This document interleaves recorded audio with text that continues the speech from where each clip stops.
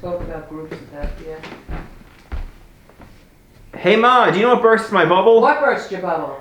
I unfortunately, because I punched a hole in the wallpaper. Not a new hole, by the way, just a hole in the wallpaper.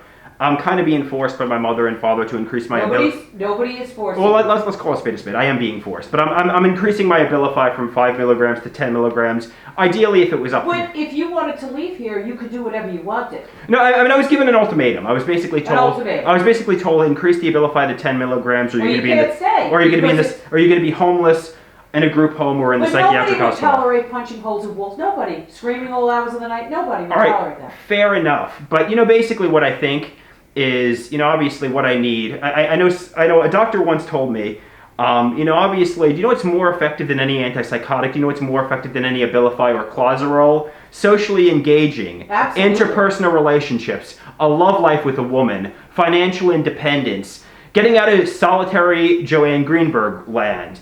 So, obviously, if you're going to sit in solitude, catastrophizing that there's conspiracies against you and people gave you an HIV scare with you just confuse yourself. Yeah, you just confuse yourself, and if you start punching walls because you're so frustrated you don't have a life, Then they'll monitor you. Then they'll medicate you and monitor you and so forth. And then you won't have a life. But obviously, the key to recovery. I've never read the book "I Never Promised You a Rose Garden" by Joanne Greenberg. You should read it. Did you read it? No, I read most of it. Yeah.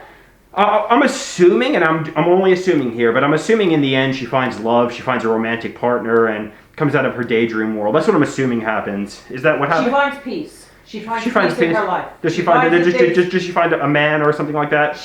I don't want to tell you the end, but she finds happiness for herself. Yeah, basically, I'm assuming that's the end. She had to choose. Basically, she had to either give up her solitary daydream world. And, obviously for me, part of my daydream world is the persecutory delusions that the HIV scare was premeditated. I need to either give that up. It's easier to stay there because you don't have to do anything. But then you lose all your rights. So it tricks you. Right. You lose all the chance at happiness. And that, to me, is what it is. That is what it is.